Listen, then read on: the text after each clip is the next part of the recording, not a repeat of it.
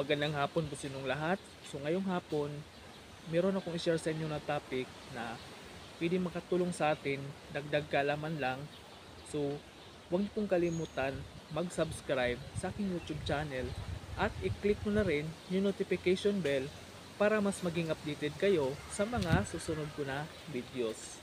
So ang topic ko po is all about the basic fundamental for success in life. So lahat naman tayo nangangarap na umasenso, nangangarap na umusad sa buhay. Kasi ang taong walang pangarap sa buhay ay abnormal po. Totoo po yan. Lahat tayo may pangarap.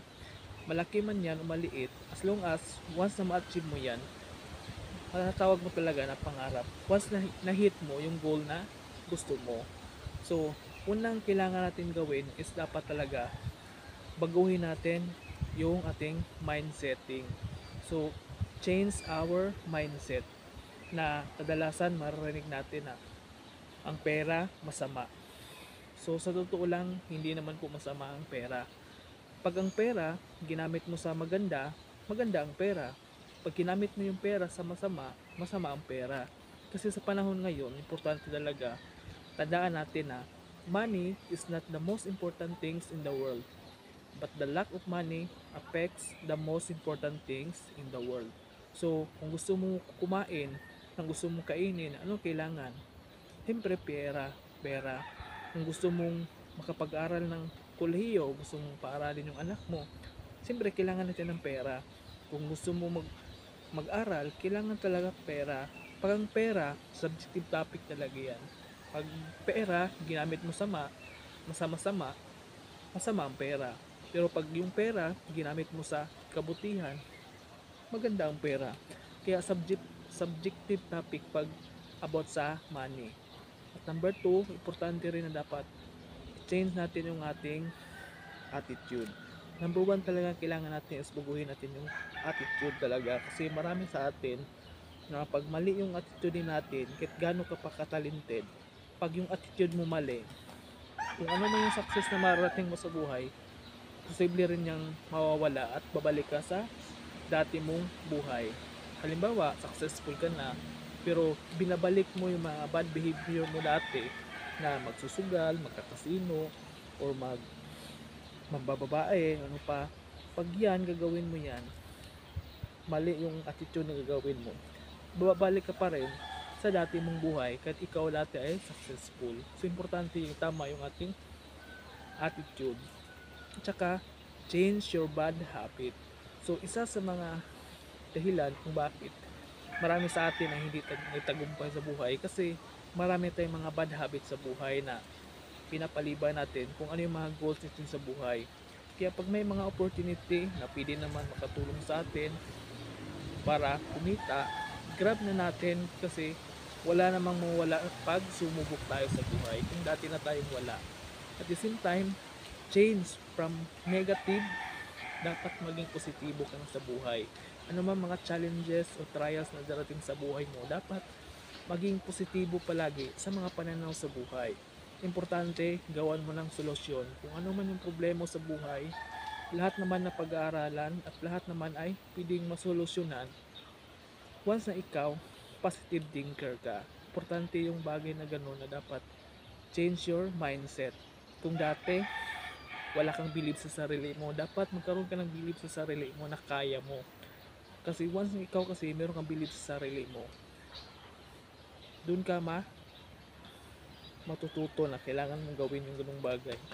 Kasi ang believe kasi, nangyayari lang yan pag ikaw mismo malakas yung loob mo na sumubok sa mga bagay kahit hindi mo siya linya, hindi mo siya hilig. Lahat naman na pag-aaralan. So, importante yon. At importante rin na dapat is yung skill set. Once na tayo kasi, kung gusto natin magtagumpay, importante talaga dapat meron tayong skills na dapat i-apply sa buhay. So, ano ba yung mga skills?